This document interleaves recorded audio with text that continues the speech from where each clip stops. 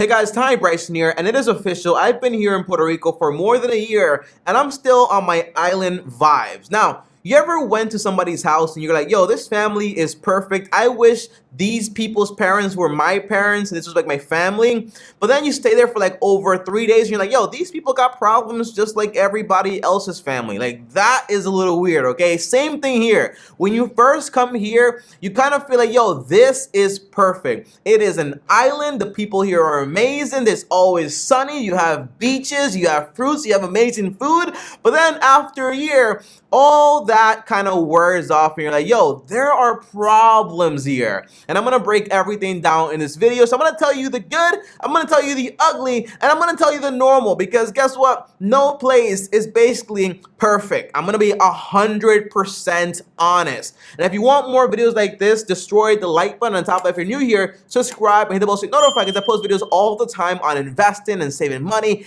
and everything else. Now, the very first thing, guys, is this. I gotta be honest here. First of all, the sexy part about Puerto Rico, when you think about it, is basically this is an island and it is going to be amazing. Island living is so cool, right? It's so sexy.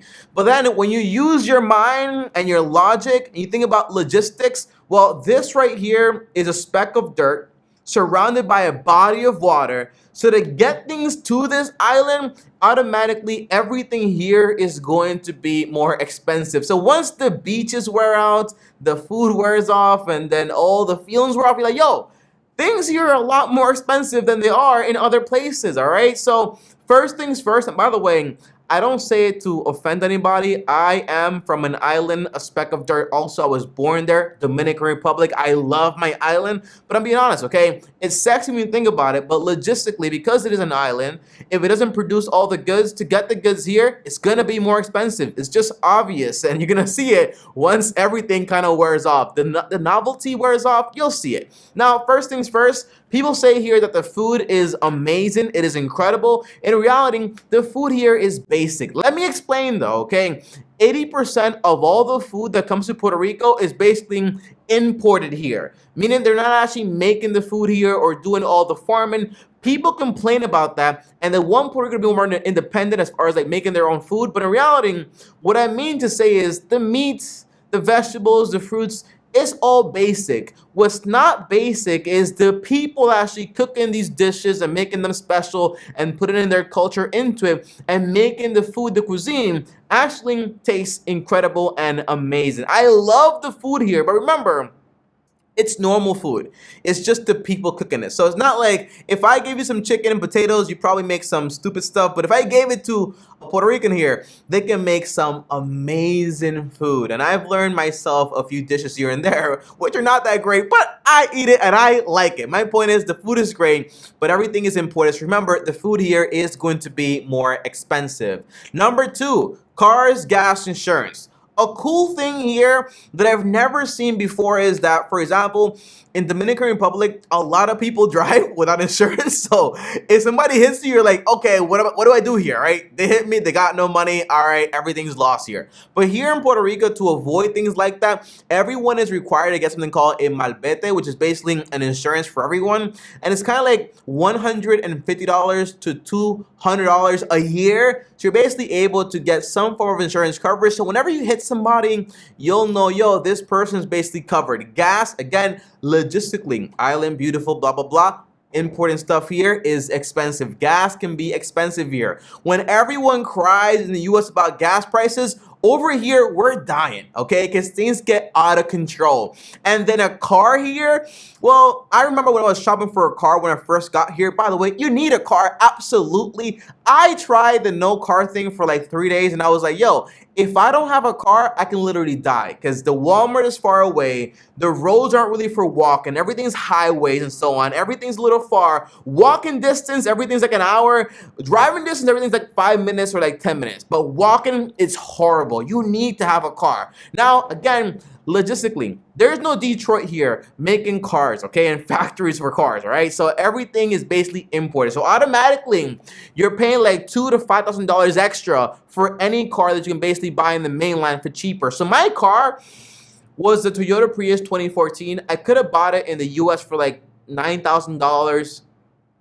8,000 here and there. Here, it was selling for $12,000. Now, I got lucky that I bought this car from some foreigners that were coming here to save money, and then they were leaving because their job basically expired, and I bought the car from them for $9,000. But expect, I got a deal, but expect to pay more money for cars here. Cars retain their value here a lot more, and cars also fall apart here a lot more because you have sun is crazy, and you also have the salt from basically the sea and all that stuff. All that stuff is not conducive to having good vehicle health, if you know what I mean. So again, island living, sexy, blah, blah, blah, but logistically speaking, things are going to be more expensive. On top of that, sales tax. I used to complain all the time. I go to the grocery store in New York, I'm like, yo, 8% on this or whatever. Well, usually food doesn't get taxed in New York, and then other things here and there. But when you buy something, there's sales tax attached to it. I even thought about going to Delaware one time to buy a laptop to save money on sales tax, and there is no sales tax there. However, here,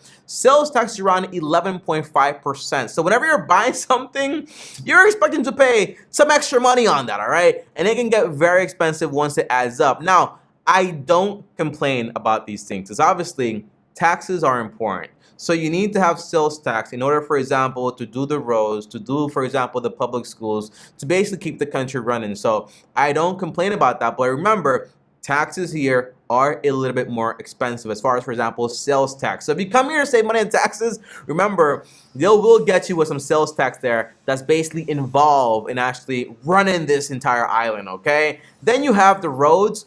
People complain about the roads, and a year later, I hit one pothole initially. And I hit that pothole, well, two potholes I remember that are just in here, ingrained in my mind. One pothole basically destroyed my tire. The other pothole basically destroyed my head, because when I hit it, I basically bounced up and I hit basically the car thing on top, okay? That's how crazy it was. But potholes here are not that bad. I've never seen a pothole here that has not been actually tried to be fixed in less than a month. Usually they're tried to be fixed very easily. Remember, okay, you have streets, you have water canals, you have a lot of rain sometimes it's very sunny or whatever, but a lot of rain and stuff like that. So water kind of destroys the streets a lot of the time. So in reality, they do their best here. It's not that bad, but once you know where the potholes come up, you can kind of always avoid them, because they fix them, but it happens again. Because again, it's conducive to the environment and how it actually works. But the roads are not that bad at all. They're a lot better than New York, in my opinion, if you ask me. Well, at least not like the highways, but they're very good here. Now, electricity. This is crazy, because my entire job, by the way, is based on electricity. I gotta basically perform with electricity. So I can count on my two hands on one foot how many times basically electricity went off, meaning like less than 15 times in 1 year. Might sound like a lot, but there are 365 days, meaning not really that many days we had without electricity. But there was a streak though when I went 3 days without electricity. That means almost all the food I had, I couldn't open the fridge because if I opened it, it would let the cold out and my food would basically be ruined. People basically lost their food all the time. But again, if you get a decent generator for like $400 or $500, you don't gotta worry about that. So it's not really that much of a big deal. Like, yes, I slept without an AC. Oh my gosh, my world, it's not a big deal to me. But again, I come from a speck of dirt also, where having electricity for 10 days wasn't like a crazy thing either, okay? Having to cook with like wood wasn't a crazy thing either, okay? So for me, I was like, whatever, like no problem. But having a backup generator is super important. I don't have one just yet, but whenever light goes off, it's not really that much of a big deal for me personally. But backup generator costs like $400 or $500, $800. And I wouldn't buy one of the gas ones that cost a ton of money. And I wouldn't get solar panels because it's just a waste of money, in my opinion. Now, there is one last thing I'm not really a fan of here, which is basically marketing and also services. Here, as far as services, when it comes to anything with the government, when it comes to anything fixing your car, or any service overall, if you set aside an hour to do it, you are ruining your whole day, because it will take an entire day to do anything here. So I want to fix my car. Yeah, I'll be like about an hour. 4 hours later, I'm still there. Like whenever I do something here, I'm like, okay, I'm going to put my car there and I'm leaving. or I'm getting an Uber or whatever. By the way, Ubers here take a while to get to you. Services here are just a lot slower because, again, there's less volume and then things just kind of go crazy, okay? But again, it's just like, understand that and know that. So when you're going to do something, you set aside the entire day. On top of that, marketing here, people kind of think, a lot of folks here think, new car is the best thing to do, solar panels are great, and on top of that, a lot of people here are just not financially educated, but that's everywhere. And I say this not to offend people, but it is a fact. People spend a lot of money on dumb stuff and they justify it. So overall, understand you're not coming to like a super frugal place. You're coming to somewhere just like everywhere else where people like to spend money. Like you go to the mall, there's always people shopping. You go always people shopping. Like this place is very lively and alive, and people are spending money. So you don't come here and feel like you go to the mall, you're like, oh, there's nobody here. No, there's always people buying something here. Don't fall for that trap though. Save your money, my friends. Now, here's the good stuff, because even the bad stuff, like I said before, it's not really that bad because you can kind of have solutions for those problems. But the very good stuff is, guys, okay, first of all, the people here are amazing. In 1 year, I've made around 5 to 8 friends because, again, I'm an introvert and I just don't really do a lot of stuff, all right? But leave me alone, all right? But like 5 to 8 friends, and that's basically because I go to the gym, meet people there. I go to church, meet people there, and people here are amazing. People here are so great. They're so nice, they're so kind, and whenever you ask them a question, you get an answer. People here are very, very respectful. At least the people I am around, because I'm around respectful people, but you can find people out there, they're not that nice, all right? By the way, safety. Safety here is amazing. Like, I've never felt like I'm in danger here whatsoever because I'm not hanging around like bad places. Like, there were streets in New York that I knew, hey, if you pass through there, you might not come back out, okay? Where there are signs that say, hey, come in if you want to, get out if you can, all right? Obviously, those places also exist here. But it's all about, for example, making sure that you stay safe, all right? But I never felt in danger. Like, I go to Walmart, I go to my gym, I'm driving the streets. Everything is so nice, but I'm not in the clubs. I'm not, you know what I'm saying? So I stay safe, all right? And then you have, for example, tax incentives here are pretty insane, and it shows me like a mindset of prosperity in this in this island. The idea is there is a tax incentive and some grant like almost for everything, all right? So if you want to start a business, there's a tax incentive for you to save money on taxes or to get some money. If you want to buy a home, they have grants available. If it's your first home, you can basically pay no taxes on it whatsoever. There's basically, what I mean to say here is there is this sense, this sense in the streets, this aroma of just people just want to do a lot better, and I love that. And that is amazing. I know a lot of people here that are entrepreneurs because it kind of like the place feels like a place for entrepreneurs and people that just want to have more in life. And that to me is conducive to the lifestyle I want. I love it a lot. There's an opportunity here. There's opportunities here. You go somewhere, you see jobs are available. You know what I mean? So to me, that is always amazing. Lastly, properties here. I bought my first property here in Puerto Rico. You can buy a dilapidated home for like $40,000, $90,000 because there is a lot of homes here that need remodeling.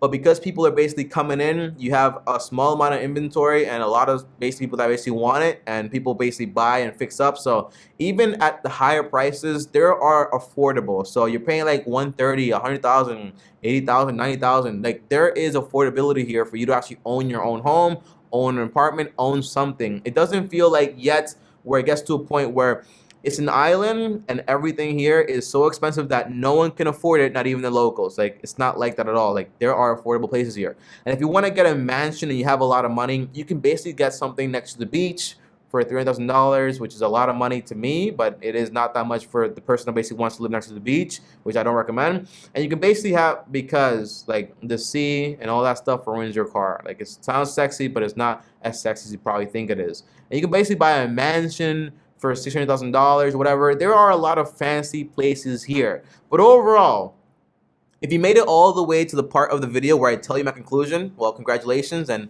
I appreciate you a lot. And comment down below Puerto Rico so I know you made it here, or PR. But overall, if you asked me a year ago, Tommy, would you move here? The answer is yeah, I still would move here. Like, it is amazing. Yes, I'm saving money here on taxes. Not yet because it just got approved, so I pay normal taxes here. But overall, like, I love this place. It's like for me is conducive. But then again, I'm not a good example because I can live in a cave and be happy. I don't really have that many wants in my life, all right, as far as like what I need for life, all right?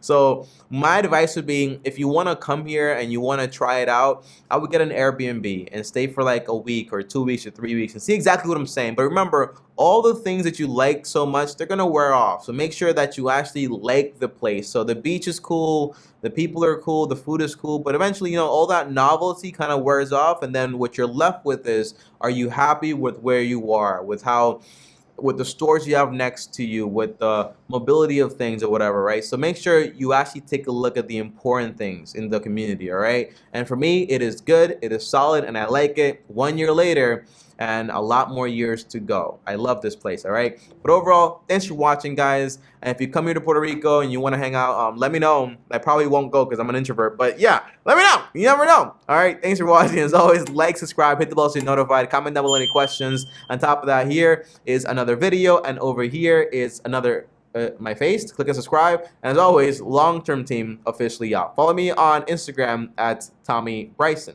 Peace.